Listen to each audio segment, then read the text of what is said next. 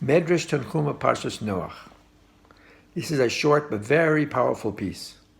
Everyone knows that Avraham debated with God to try to save Sodom. But the Midrash brings out something fascinating, that Avraham also questioned God's destruction of the world at the time of Noach, the flood. Now, of course, this was already past his time, but he was questioning the way God ran the world, so to speak, and was asking for a new world order. And in fact, he was granted it. What was Noah's complaint? I mean, after all, he knew that the society had devolved into a very perverse and corrupt one. But he said, people didn't get any warning signs. That things were too good. In the words of the Midrash, Ilule nasata shalve lador hamabol lo ayu machisim or mordim. If you hadn't made the generation of the flood feel so complacent, they would not have angered you or rebelled against you.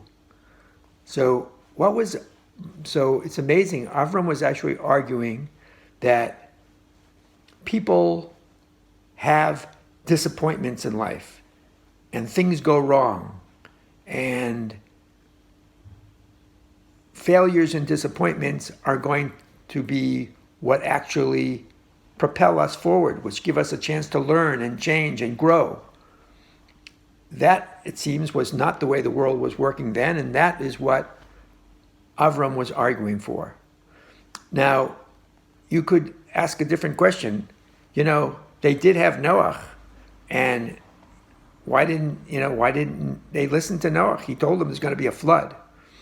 So the only reason that question actually has any strength is because of a different Midrash, which tells us that in effect Noach was, as I called it in a previous Midrash, he was Bill Gates, Henry Ford, and the Wright brothers all wrapped into one.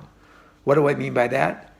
He was when he invented farming tools, so he caused a huge change in the agriculture. He lifted the whole generation out of poverty. Everything used to come up thorns and thistles, and all of a sudden they had a boon. And not only that, every area of manual labor did he revolutionize. Manufacturing, garments, and textile industry all took off. So imagine he took this whole generation out of poverty into a leisure class.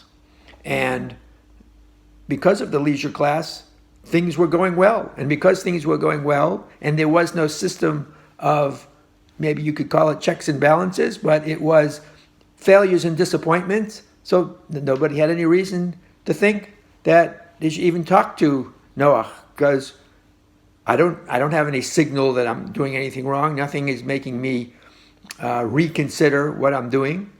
So that is exactly what Noach was arguing about. I would say it's like the good life had no tripwire to prevent their descent into total moral depravity. So that is the amazing story of what Avraham was arguing with God and actually was granted by God. And he was basically saying that the masses felt no self-restraint. They felt so smug that messages from God could not penetrate their consciousness.